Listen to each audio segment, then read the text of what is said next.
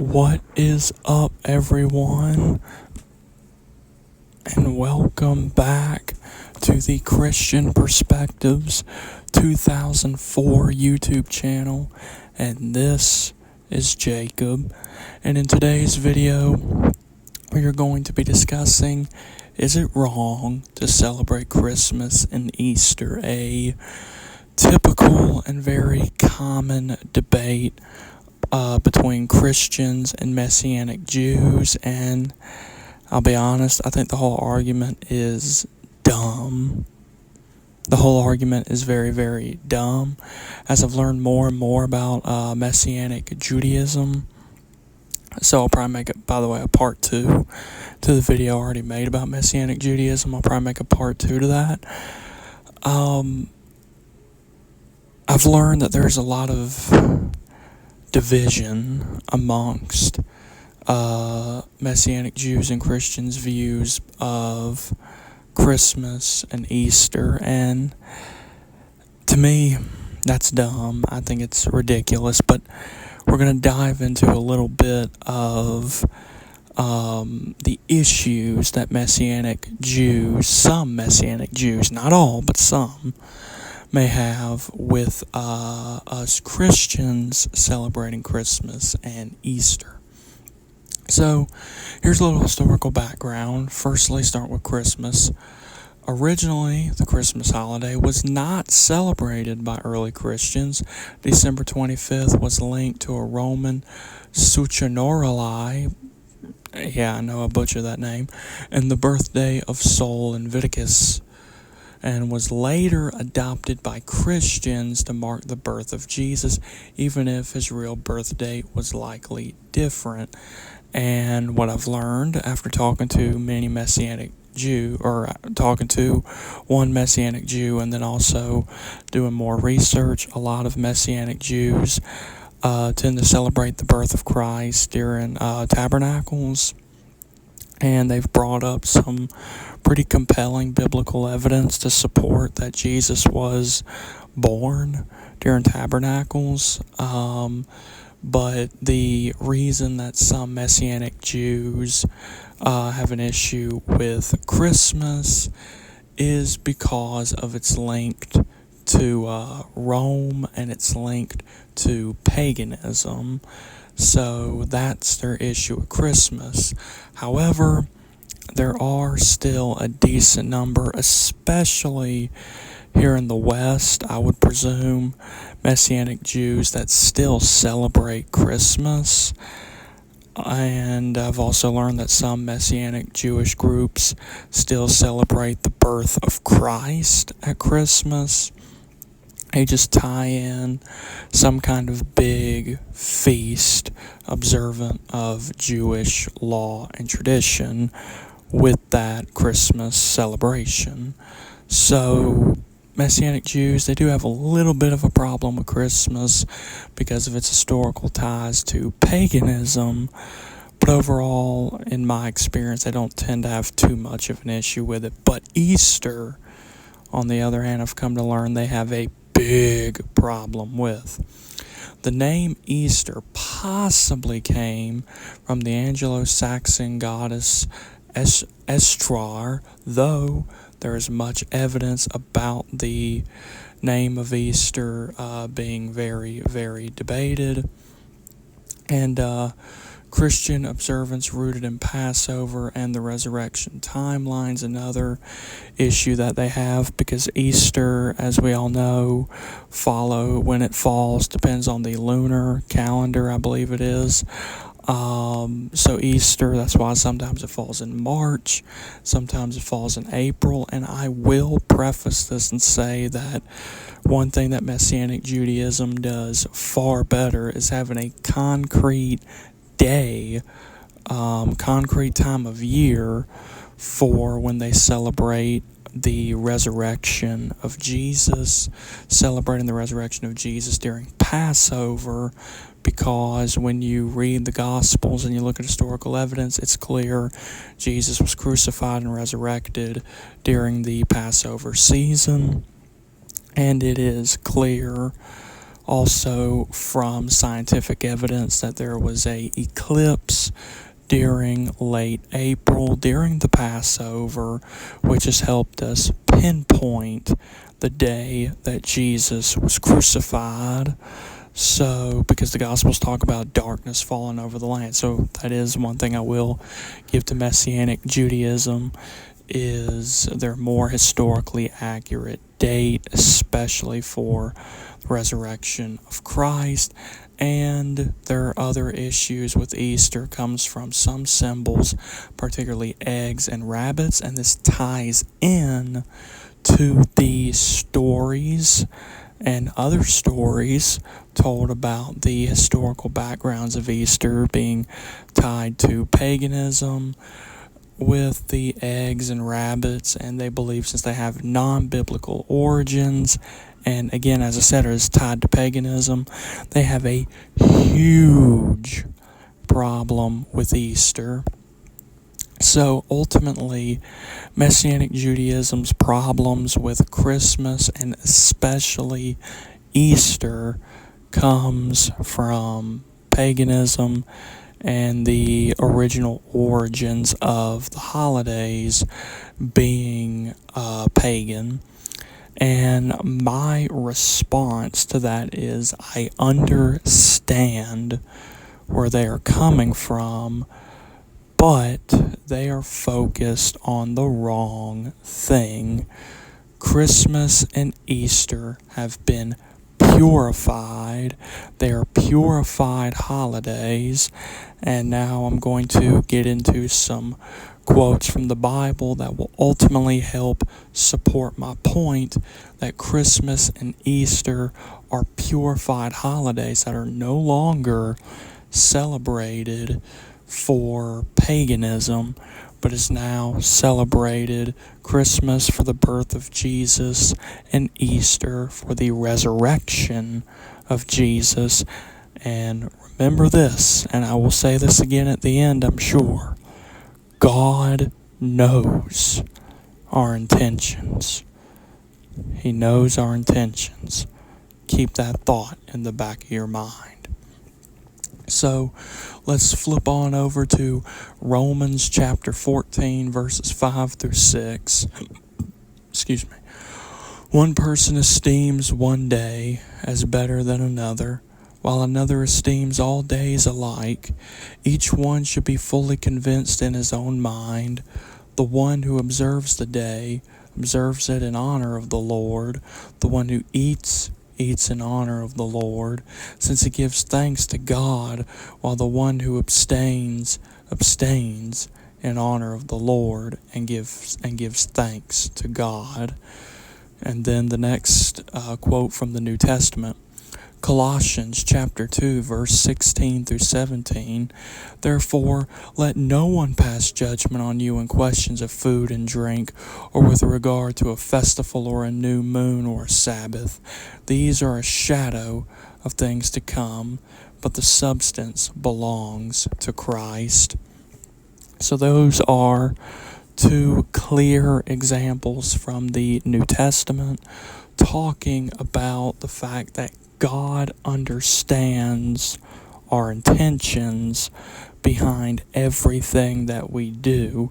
He knows that if we fix a meal with love for Him, God knows it is done in thanks and glory and love to Him. Just like how we Christians, we celebrate Christmas and Easter in love and worship of God, of Yahweh, and He understands that while they may not be the historically accurate dates of these events, God still respects and understands us and knows that we are not worshiping something else aside from Him. Rather, we are celebrating and having this whole festive season because of Him. So now we're going to flip on over to the Torah, and we will get examples from the Torah that will, combined with these quotes from Romans and Colossians, I really believe will make this point a lot clearer. So this comes from Ezra chapter 1 verses 7 through 11. Cyrus the king also brought out the vessels of the house of the Lord that I know I'm going to butcher this name, Nebuchadnezzar had carried away from Jerusalem and placed in the house of his gods. Cyrus, king of Persia, brought these out in the charge of Mithrath and the treasurer, who counted them out to Shabar, the prince of Judah, and this was the number of them: 30 basins of gold, 1,000 bases of silver, 29 censers, 30 bowls of gold, 410 bowls of silver, and 1,000 other vessels. All the vessels of gold and of silver were 5,400. All these did Sheshbazzar bring up when the exiles were brought up from Babylonia to Jerusalem. So the key point here is these were originally taken from God's temple and placed in pagan temples, yet God orchestrated their return and rededication for his worship. So the point that I'm trying to make here with this one is these were items that were, again, as it says, originally taken from God's temple and placed in pagan temples, yet God orchestrated their return and made sure that they were in honor of Him. So God understood that they were in worship of Him. They were not in worship of some pagan false god just because they were in some pagan location that was once a worship location. And the next point comes from Exodus chapter 12, verses 35 through 36. The people of Israel had also done as Moses told them, for they had asked the Egyptians for silver and gold, jewelry, and for clothing. And the Lord had given the people favor in the sight of the Egyptians, so that they let them have what they asked. Thus they plundered the Egyptians. Key point: Israel took treasures from Egypt, a pagan nation, and later used them to build the tabernacle and worship God. Therefore, this again shows, historically speaking, within the Torah itself, during the time of Moses, who is regarded as one of the greatest prophets, he was around during these times, and he and those with him took treasures from a pagan nation, Egypt, and later used them to build the tabernacle and to worship God. And they were not rebuked by God for doing such a thing. God accepted their worship because God understood the reasoning behind the worship.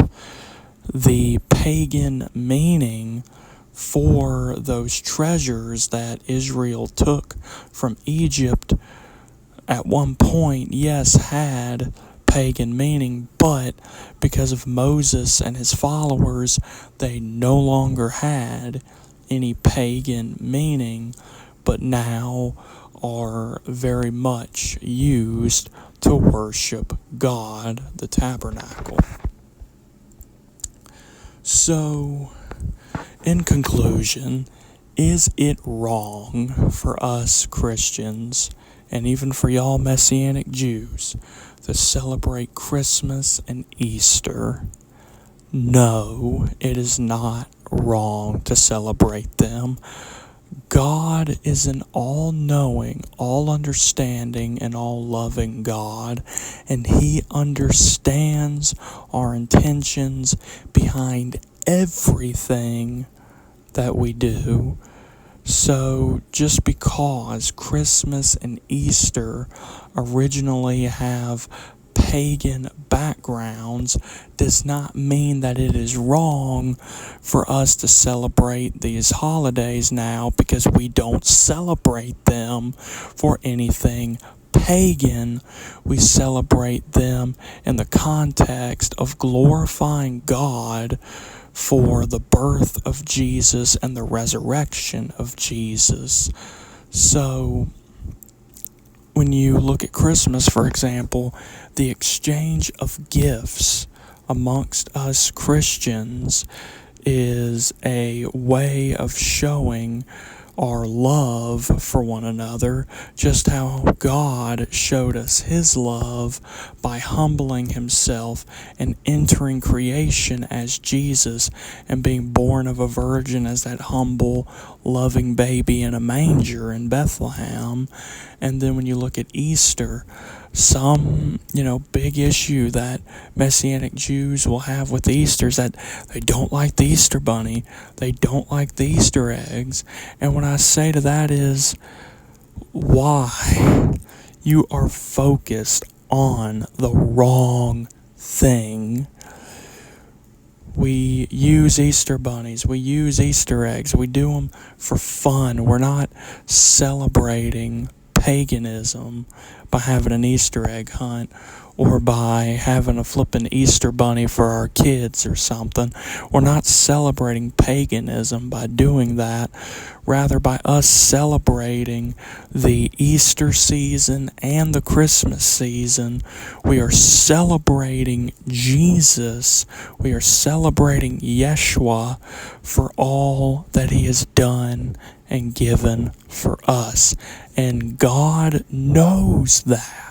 God knows the intention behind everything that we do. So when I set up a Christmas tree, God knows I'm doing it out of celebration for Him and worship of Him. God knows when I celebrate Easter and take part in an Easter egg hunt, like laying out Easter eggs for a bunch of the little kids that come over during the Easter holiday. I do it out of love and worship of Him to celebrate the resurrected Jesus. I do not do it for any sort of pagan reasoning. God knows our intentions. And if you still have an issue with Christmas and Easter, then I question, are you following Jesus? Are you following Jesus? If you have a problem with Christmas and Easter, that's my question for you. Are you following Jesus if you have a problem with these days? So, in conclusion, as I said, is it wrong to celebrate Christmas and Easter? No. And Christians, let me say this. Messianic Jews are more than welcome to celebrate the birth and resurrection of Jesus at different times of year. Because remember, we all believe in the same thing. Let's not get caught up in our cultural differences and rather focus on the one truth. And that is, we worship the one true God, the one that became man, the one that died for our sins, conquered death itself, and is coming back again. Follow Jesus. Follow Jesus. God bless you all, and thank you for watching.